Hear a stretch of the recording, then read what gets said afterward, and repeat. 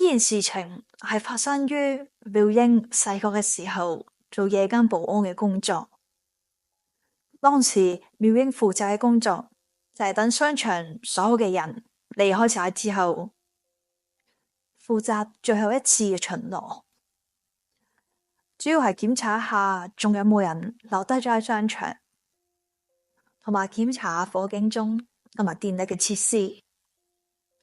每一日商場走晒啲人之後，商場為咗慳電，即係會開着部分嘅燈光作照明用途。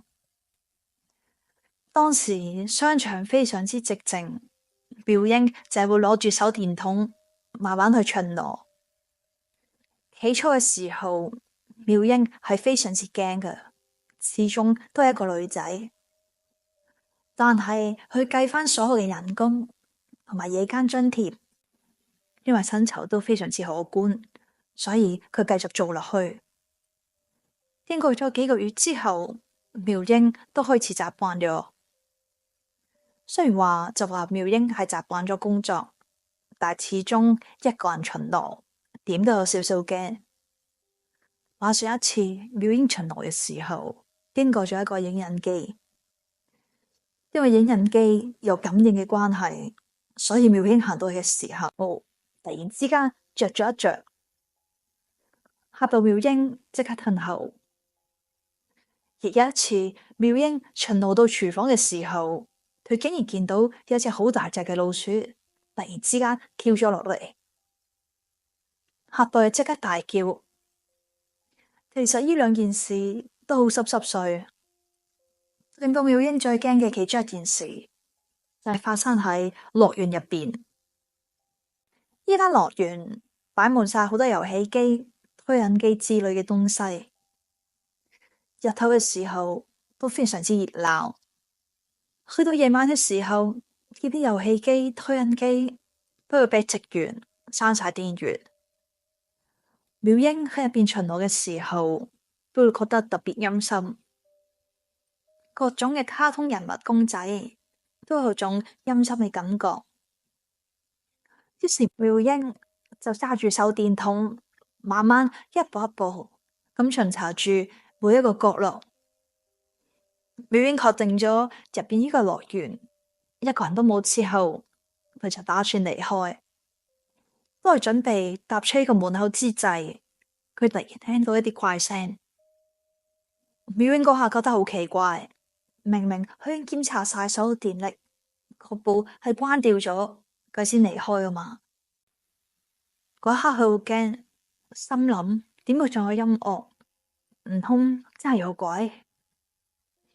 嗰刻妙英真係好驚，個心跳得勁快。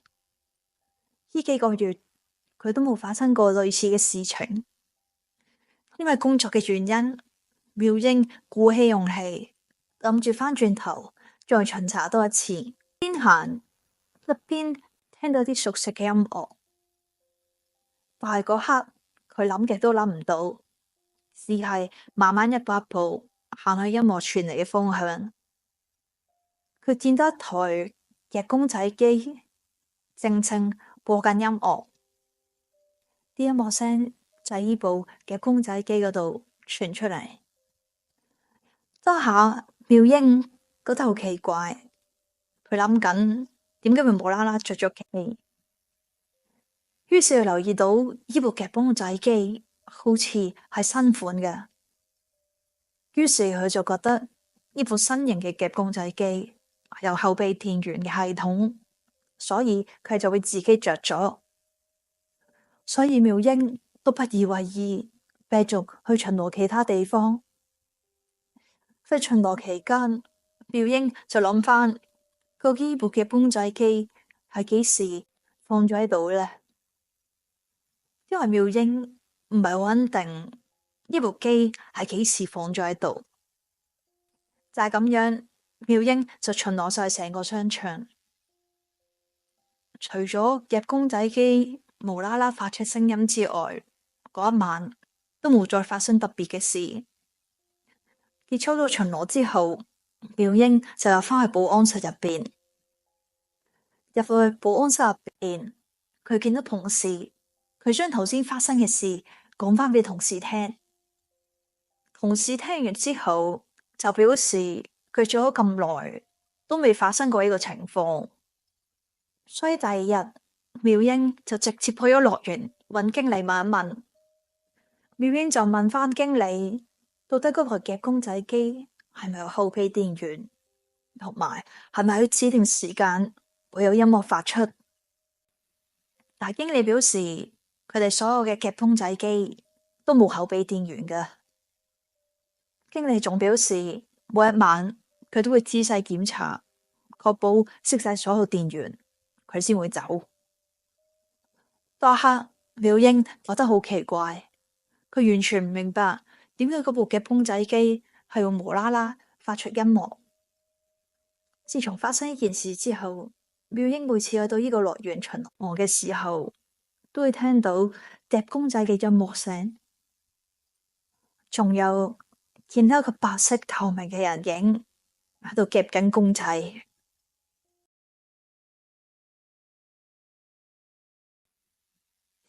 呢件事係發生喺美琪細個3年班嘅時候。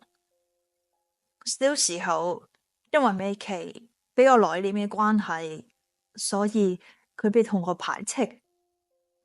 所以到咗去3年班嘅時候，有一日佢終於大爆炸，同咗佢相依為命嘅爸爸講話唔想再返學，講晒成件事俾爸爸聽。因為啱啱出世嘅時候，美琪媽媽因為一單意外去世咗。美琪一直都係同爸爸相依為命。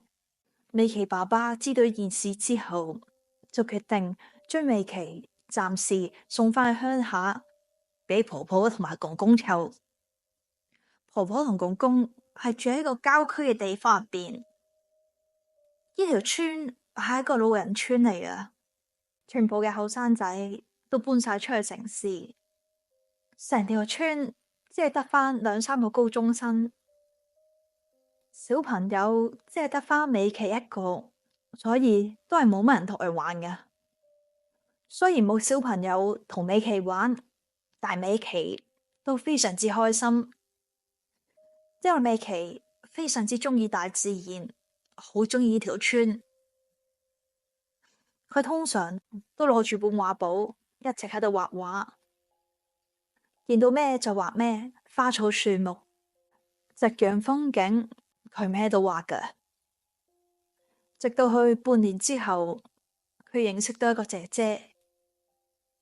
呢個姐姐大20幾歲，生得非常之標緻。係一次美琪去到某一個地方畫畫，撞到呢個姐姐。呢個姐姐就同佢搭訕，開始同佢傾偈。於是呢個姐姐就同美琪講話：咦，睇嚟你唔係呢度村民喎，你係咪放暑假過嚟探啲親戚噶？嗯，你喺度畫緊畫，畫得好靚喎，可唔可以俾我睇下？於是美琪就將本畫簿攞咗俾呢個姐姐睇。姐姐就每一幅都讚非常之靚。之後佢哋就開始傾呢條村，開始熟落嚟。嗰日美琪真係好開心，好難得有人同佢傾得咁開心。於是佢將呢件事話咗俾公公聽。公公聽完之後就話：哦，可能係隔籬村嘅女仔過咗嚟玩啊！你記得唔好俾麻煩人哋啊！之後呢件事，公公同埋婆婆都不了了之。於是美琪每一日都同呢個姐姐玩，每日都遊山玩水，畫下畫，行下山，睇下風景。但美琪每次一問到呢個姐姐嘅事，呢個姐姐就支吾以對咁樣講咗其他嘢。不過每次美琪講自己嘅事俾個姐姐聽，呢個姐姐都好認真咁聽。無論係學校俾人欺負嘅事，定還是同屋企人嘈交，呢個姐姐都聽得好入神，聽完之後仲要安慰返美琪，令到美琪非常之感動，因為好少人安慰佢，亦好少人明白到佢嘅內心。美琪就衝口而出咁同姐姐講話：姐姐，如果你做我媽媽就好啦。但姐姐聽完呢句話之後，佢嘅表情非常之哀傷。自從美琪同呢個姐姐見面之後，美琪嘅身體就開始出現咗變化。美琪經常感覺到唔舒服，但係佢唔係發燒，亦都冇感冒。呢個情況令到公公同埋婆婆都非常之擔心。在美琪病得非常之嚴重之際，佢都要嘈住話要去揾姐姐。於是公公見到個孫女咁想見呢個姐姐，佢就主動打電話俾隔籬村，問咗隔籬村村長係咪有後生女返咗嚟呢度探親。但係隔籬村村長表示，暫時仲未有後生女返嚟探親。公公傾完之後就好緊張咁樣問美琪：美琪啊，你究竟同咩人玩啊？佢叫咩名噶？就喺呢一刻，美琪先醒覺到佢仲未知道姐姐叫咩名。於是美琪就形容咗姐姐嘅特徵俾公公聽。公公聽完非常之錯愕。當時公公即刻再打電話，當刻公公打咗好多個電話，問清楚，根本就冇後生女入過我哋條村，同埋隔籬嗰條村。公公婆婆得知事情之後，禁止咗美琪去呢個姐姐，仲決定咗美琪唔可以去咁遠嘅地方度玩。雖然美琪內心係好想揾呢個姐姐，但係佢又唔想公公同埋婆婆擔心佢，所以佢決定咗再揾呢個姐姐，決定喺屋企後院度玩。直到中午嘅時分，美琪聽到姐姐嘅聲音，呢個姐姐竟然去咗美琪屋企嗰度。於是美琪又同呢個姐姐開始傾偈，繼續一齊玩。美琪雖然好想知姐姐嘅來歷，但係佢一直都冇問過呢個姐姐。同姐姐玩嘅時候，其實公公同埋婆婆喺比較遠嘅地方望住美琪，但係佢哋好似望唔到個姐姐。於是去到夜晚食飯嘅時候，美琪就問公公：公公啊，今日我同姐姐玩嘅時候，你哋係咪見唔到啊？點解你哋冇去問姐姐嘢嘅？公公婆婆聽完之後皺晒眉頭，於是公公就話：我哋今日見到你都係自己一個玩喎，有其他人咩？美琪睇完之後，佢非常之驚。而公公都即刻打電話俾美琪嘅爸爸，傾完電話之後，公公就同美琪講話：你快啲返去同爸爸一齊啦，唔可以再留喺度啦。完之後都覺得非常之唔捨得，但公公表示，因為呢條村經常性都有小朋友唔見咗，久而久之，村民都陸續搬走咗。所以先剩翻啲老人家喺度，同埋每次小朋友失蹤嘅時候，呢個小朋友都會有啲身體不適，幾耐佢哋就會唔見咗。公公婆婆講完呢個傳說之後，嗰一刻美琪覺得佢哋只係作啲故仔出嚟壓美琪，所以美琪快啲翻去市區讀書，同埋識下其他新朋友。最後公公婆婆決定俾美琪留多一個禮拜。喺最後呢個禮拜，美琪完全冇離開過屋企，俾公公同婆婆都看管住，直到最後一日，美琪執好晒所有離開嘅嘢，然之後靜靜咁樣企咗喺後花園嗰度，等緊佢嘅爸爸嚟接佢走。但係突然之間，呢個姐姐出現咗。雖然美琪覺得好奇怪，呢個姐姐點解突然之間出現咗喺後花園入邊，但係美琪真係好期待見多次呢個姐姐。而呢個姐姐都問美琪：你今日要走啦？美琪就答佢：係啊，姐姐，姐姐，之後我返嚟仲會唔會見到你㗎？之後呢個姐姐就好唔捨得咁樣擰咗一下頭，然之後就喺美琪眼中慢慢消失咗。之後美琪返到去，轉咗一間新學校，好快就同同學仔玩得好融洽。到美琪長大咗之後，佢一直都好懷念住一段嘅記憶。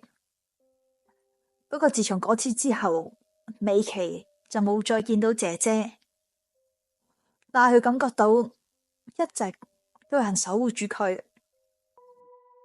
阿強同阿寶喺3年前熱戀嘅時期，佢哋每晚都要傾電話，傾到3更半夜。日頭嘅時候，阿強嘅工作非常之忙碌，經常性都要開會，所以阿強嘅電話經常性都打唔通，飛咗去留言信箱。阿寶就好鍾意喺阿強嘅留言信箱嗰度留言，甚至講埋晒啲肉麻嘅說話。阿強有時間聽返，都會會心微笑，之後就會即刻打電話俾阿寶。一段就係佢哋一開始嘅甜蜜時期。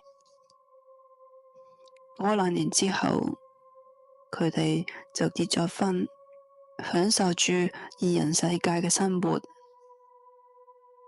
結咗婚嘅阿寶決定選擇做家庭主婦，一有時間嘅時候，佢都會打電話俾阿強。阿強照舊都係好忙，所以打親俾佢都係飛返去留言信箱。當時阿寶其實係想問阿強返唔返屋企食飯，又或者想飲啲咩湯，今晚需唔需要加班等等嘅留言。當時阿強都諗住有個咁關心自己嘅太太，當然係一件好事。但係之後漸漸，阿強就覺得阿寶好煩，因為佢已經慢慢對阿寶嘅感情越嚟越淡，甚至同埋佢嘅下屬搞埋婚外情，每晚都好夜返到屋企，甚至連阿寶打俾佢嘅電話都完全唔覆。阿強最後都選擇咗同阿寶離婚，但阿寶竭力挽留呢段感情，佢真係唔捨得咁多年嘅感情。但阿強已經去意已決，阿強仲搬咗出去同新歡另築愛巢。過咗幾日，阿強嘅留言信箱爆滿咗，佢無奈之下聽返留言信箱究竟係咩留言，每一個都係阿寶留俾佢嘅。其中一個仲話，如果阿強再唔覆佢電話嘅話，佢以後都會見唔到阿寶。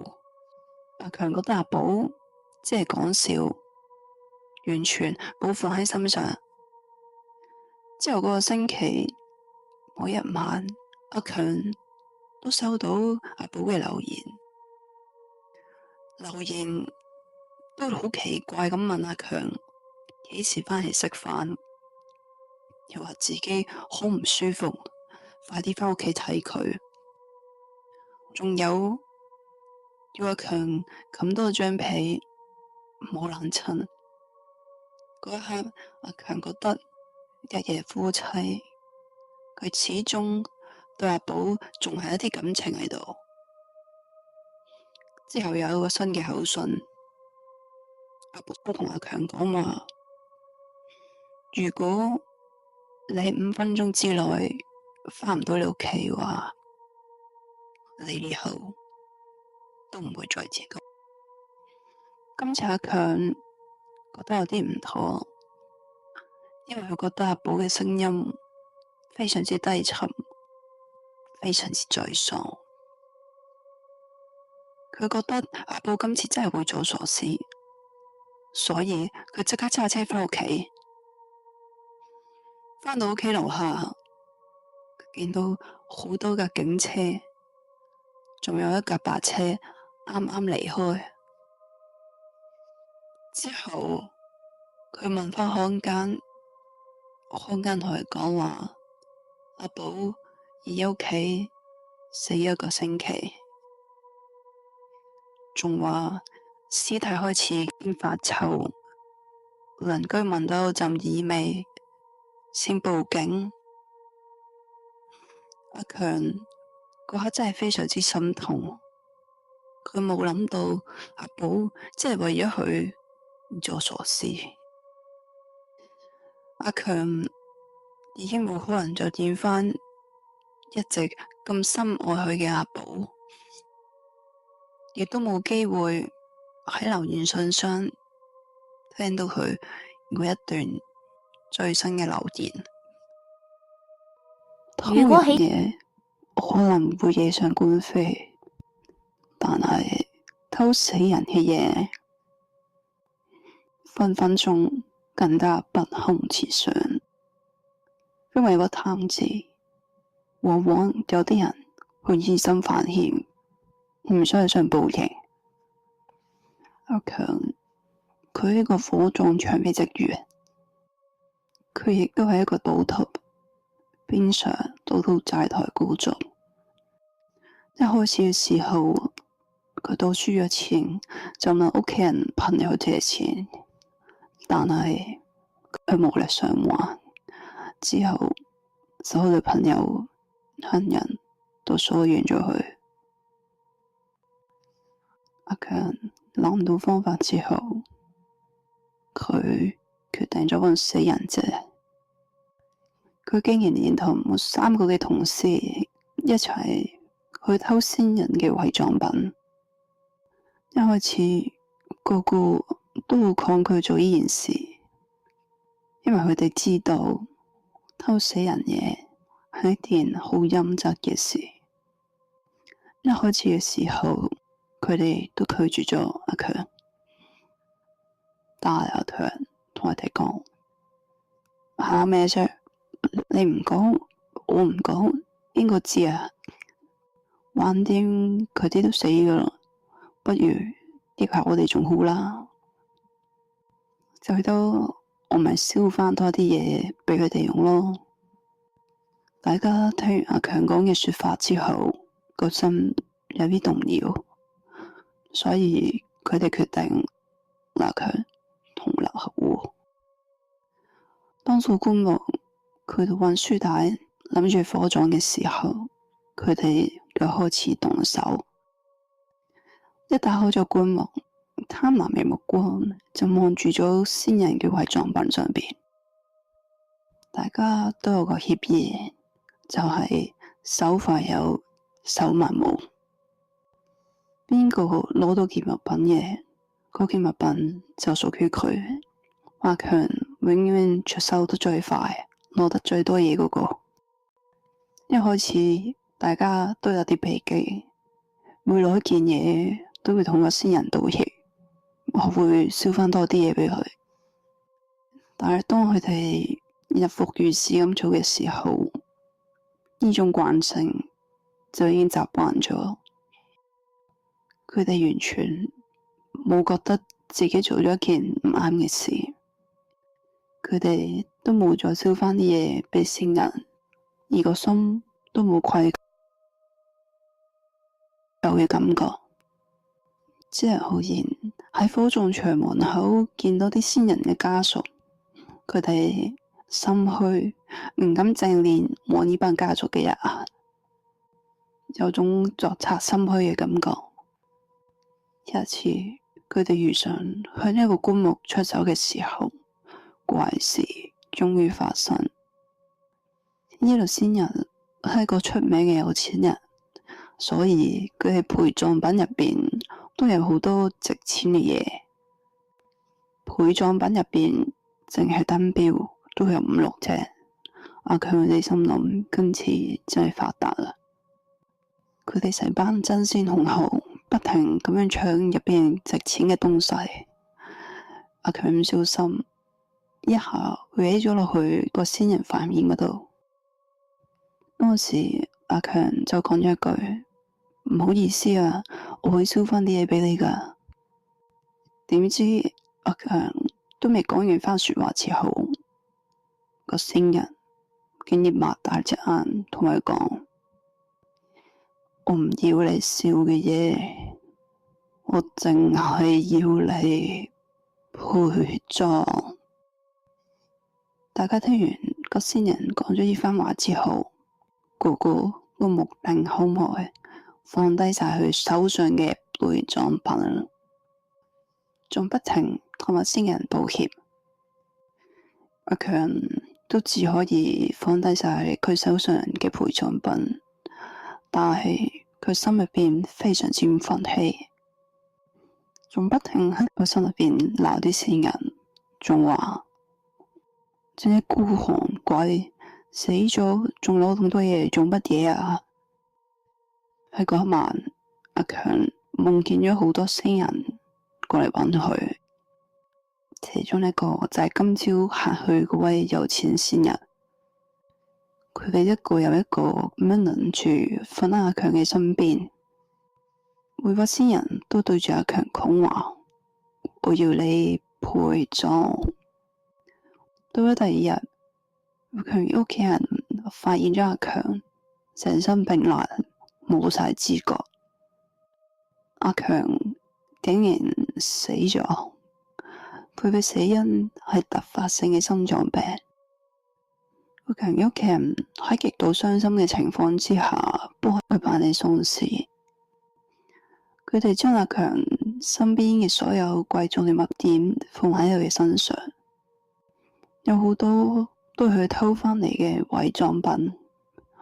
佢屋企人唔知，以為呢啲全部都係阿強自己嘅物件嚟。結果有好多金銀珠寶陪住阿強出殯，但係最奇怪嘅就係，當阿強啲棺木送上去運輸帶嘅時候，準備火化，佢幾位同事見到阿強啲棺木入邊竟然一件陪葬品都冇，只有阿強一個赤裸裸嘅屍體瞓咗喺棺木入邊，仲突然之間擘大隻眼同佢3位同事講：以後唔好再偷人嘢啦。我今年已經25歲，已經到咗適婚嘅年齡，但係好可惜，我仲未揾到一個理想嘅結婚對象。雖然我已經有一個拍咗拖3年嘅男朋友，佢個名叫阿強。不過講真啊，一直以嚟我都嫌佢又冇錢，又唔靚仔，又好悶。最弊嘅就係佢唔夠細心。總而言之，對住佢感情一日行過一日，好想同佢分手，為我第二個。其實一直以嚟，我都好好奇，我第時嘅老公係點嘅樣，係一個咩嘅人。於是有一晚，我終於忍唔住去揾呢個答案出嚟。細細個嘅時候，有聽人講過話，有一個傳說，就係攞住個蘋果對住塊鏡，一直批晒啲蘋果皮之後，就會見到未來啲老公係點嘅樣。佢話如果唔小心批斷咗啲皮之後，第時嘅老公就會破相。以前我覺得呢種講法非常之荒謬同埋無稽，但係有一日去完朋友嘅婚宴返到屋企之後，係咁諗住呢件事嘅嗰刻，我突然之間有個念頭，我真係好想結婚。我對住塊鏡講：我咁靚，我點解搵唔到一個好老公啊？今晚不如就試下呢個傳說係咪真？就算見唔到都冇壞㗎，就當試一試，落係玩下啦。於是我就喺雪櫃攞咗個蘋果出嚟，之後仲攞咗個利刀，加埋2支點綴嘅長蠟燭，然後坐喺一塊鏡嘅面前，等到午夜12點整。諗返起當時嘅氣氛，都真係幾恐怖。但係嗰陣時候，我真係好想快啲見到我未來老公係一個咩樣，所以我俾佢好奇心驅使之下，冇理咁多。終於，我等到去凌晨嘅12點，一刻我就攞起我嘅蘋果，慢慢一下一下咁樣批落去。因為成間屋都係得返我一個，所以批蘋果嘅聲音非常之清晰。我每批一下，個心就跳得非常之厲害。喺就快批完個蘋果嘅時候，我突然之間覺得有啲心寒嘅感覺，個心突然之間好冰凍。好寒冷，喺個蘋果當捲咗好多個圈嘅蘋果皮跌咗地下嘅時候，嗰一刻突然之間有陣冷風吹過，然之後我見到塊鏡有個男人嘅黑影慢慢出現。當陣時我見到呢個情景之後，我幾開心，但係又有少少驚，心諗原來呢個傳說係真嘅，所以呢個男人個面色非常之蒼白，但係都幾靚仔，佢仲對住我笑，但係呢個男人笑容好詭異，令到人哋有種心寒嘅感覺，搞到我都唔夠膽直視望住佢。之後我再望多次塊鏡，佢就慢慢好似煙霧咁樣消失咗啦。當晚我不停諗起呢個男人嘅樣，我心諗佢會唔會真係我未來嘅老公呢？第二朝，我打開電視睇新聞報道嘅時候，我竟然見到琴晚呢個男人嘅樣。呢個男人竟然係住喺我附近嘅屋村，佢竟然吊頸自殺。根據新聞報道咁講，佢當晚係想同佢拍咗拖7年嘅女朋友求婚。但係當我入屋嘅時候，竟然見到佢同另一個男人前面捉奸在床。佢一時受唔住打擊，就返到屋企撩鏡。我諗起尋晚喺塊鏡同佢嘅距離咁近，我嗰刻真係好驚，同時嗰刻我都失望，原來喺塊鏡嗰度唔係見到我未來嘅老公，竟然係見到一個死去嘅人。佢只係一個愛情嘅失敗者，係一個冤魂，係一個幻象。我諗翻起當晚佢嘅笑容，原來佢恥笑緊我對愛情嗰種嘅天真。愛情同埋呢個批蘋果嘅傳說一樣，都係假嘅。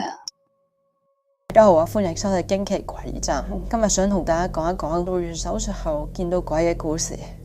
當眼科嘅周醫生同我講話，如果我唔做眼膜移植手術嘅話，我隻眼就好快睇唔到嘢。喺個時候，我見到我未婚夫個表情非常之唔情願，有種俾佢嫌棄嘅感覺。但係未婚夫好快就捉住我隻手，同我講，無論發生咩事，佢永遠都留喺我身邊。呢一刻我心諗，佢唔係真正嘅中意我，而係中意我爸爸留俾我嘅遺產。本來呢，我就同未婚夫好快就結婚，但係遇到我眼睛嘅問題，其實一直以嚟我都知道我未婚夫就係中意我啲錢，但我唔在乎佢係咪對我真心，因為要等眼角膜嘅移植，所以將婚期一再延遲。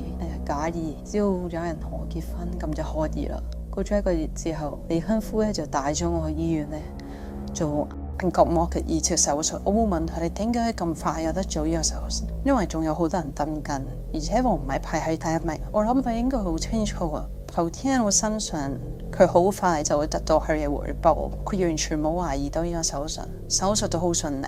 當醫生一塊一塊紗布拆開嘅時候，我感覺到我嘅右手比未婚夫揸到好緊。我知道一刻佢都好緊張，但我真係好痛，跟住手拎翻出嚟，紗布拆完之後，我閉上眼睛，慢慢轉一轉我嘅眼珠，但係喺黑暗之中，我哋右眼有跌痛。我轉咗一層眼珠之後，就開始慢慢開眼。我見到右手邊嘅就係周醫生，喺周醫生隔離就有個護士，右手邊就係我未婚夫。佢見到開眼嘅時候，佢真係好緊張咁衝過嚟。當時我閉上雙眼，大叫咗一聲。到未婚夫走埋嚟嘅時候，我見到一個兇神惡煞嘅佢走過嚟想打我。呢一刻3個人都問我眼睛係咪有啲咩唔舒服，再次開眼睇下房間有冇啲咩特別嘢發生，結果都一切如常。好快我就適應咗呢對新嘅眼睛，佢俾我嘅感覺非常之好。好快就忘記咗喺醫院發生件。有一日去咗遊樂場玩，見到有個舊式嘅旋轉木馬。呢個舊式嘅旋轉木馬非常之殘舊，因為太殘舊嘅關係，完全冇小朋友上去玩。突然之間，我隻右眼又開始痛啦。我即刻眨一眨隻眼，一打開隻眼嘅時候，我就見到旋轉木馬上邊有個女仔。呢個女仔非常之可愛，仲着住碎花裙對住我笑。一刻我都回應翻個微笑俾佢。我諗住行前2步同呢個女仔傾偈，突然之間我覺得成身好凍，有種好唔自在嘅感覺。我再望住呢個旋轉木馬嘅時候，我右眼係完全見唔到任何人，但係我左眼仲見到呢個女仔望住我喺度笑。我完全唔相信眼前呢個景象，我就用單眼咁望。我見到一個着住碎花裙嘅年輕女仔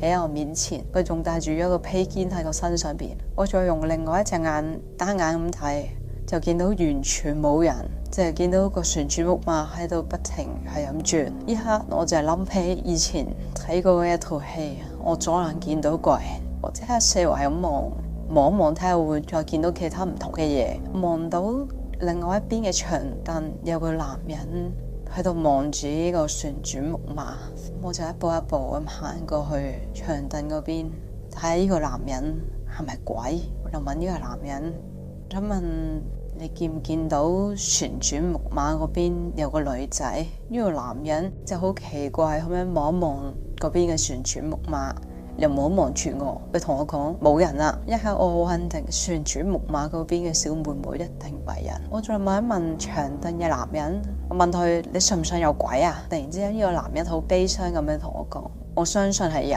呢個男人就好呆仔仔咁同我講翻點解佢會坐咗喺度，仲望住呢個旋轉木馬。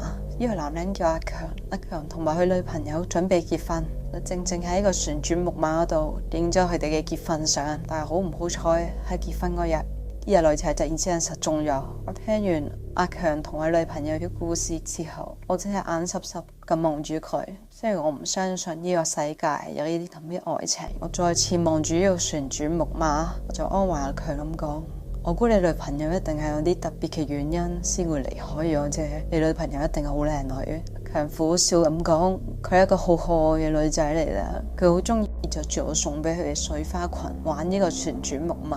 我就問阿強：你女朋友係咪通常戴白色嘅小披肩㗎？聽完我呢個形容之後呢，阿強呢就好緊張咁望住我，佢問：你咪曾經見過佢啊？你喺邊度見過佢啊？我俾阿強咁樣問完之後，我都嚇咗一嚇。我心諗，頭先我見到呢個女仔係咪真係阿強嘅女朋友呢？如果係嘅話，佢係咪真係鬼呢？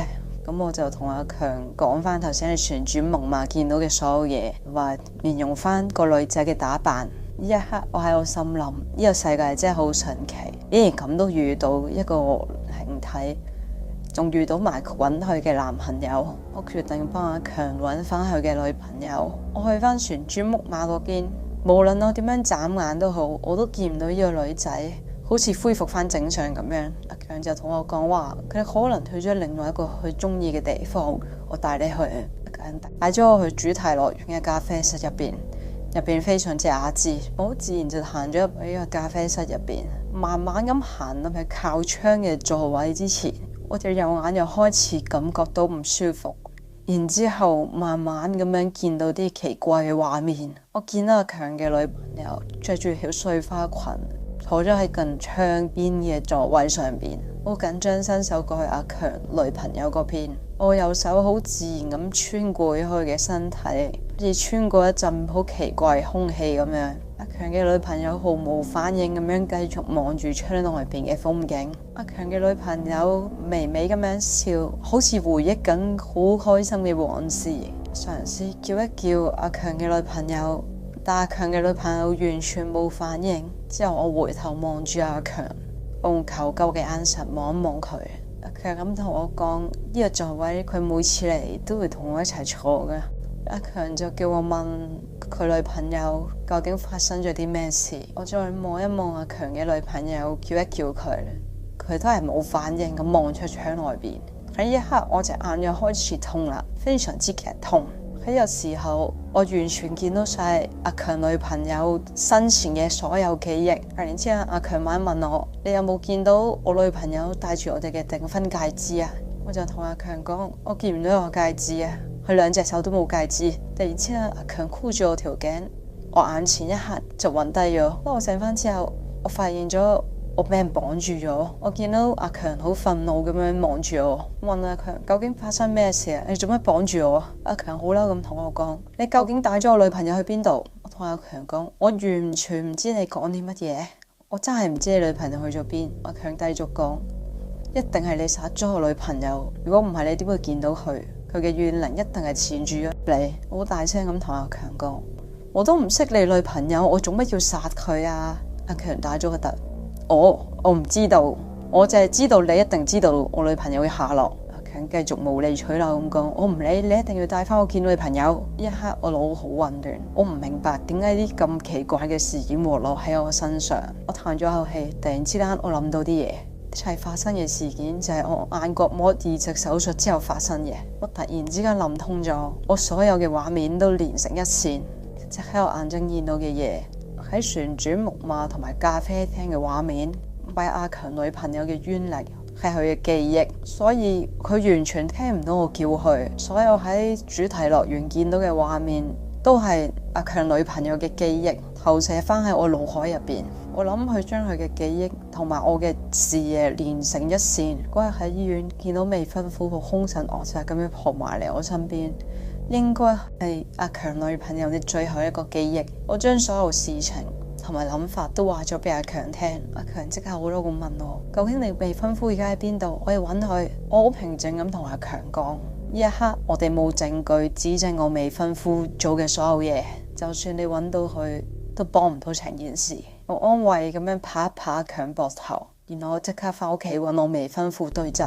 翻到屋企，未婚夫好開心咁迎接我。見到我未婚夫，我隻眼又開始痛，我忍住劇痛，深呼吸咗下。我對住未婚夫問：知唔知阿強嘅女朋友去咗邊？未婚夫嘅眼神突然之間閃爍不定，但未婚夫冇回答我呢個問題。我繼續追問：你係咪知道阿強嘅女朋友喺邊度？呢件事係咪同你有關？未婚夫好驚怒咁問我：你點會知道呢啲事？邊個同你講嘅？我好冷靜咁回答，我隻眼所有嘢都見到晒。未婚夫好似鬼拍後尾枕咁，同我講晒所有事情嘅發生經過，借住視像鏡頭將我哋發生嘅所有嘢都錄起咗。我決定報警，將未婚夫嘅所有惡行公諸於世。我要為阿強嘅女朋友爭取公義，揭發呢個真相出嚟。最後未婚夫都受到應得嘅制裁，阿強嘅痛苦同埋等待終於得到回應。如果喜歡我的節目，請你俾個讚同埋訂閱我依個頻道，頂頂廣告，感謝大家嘅支持。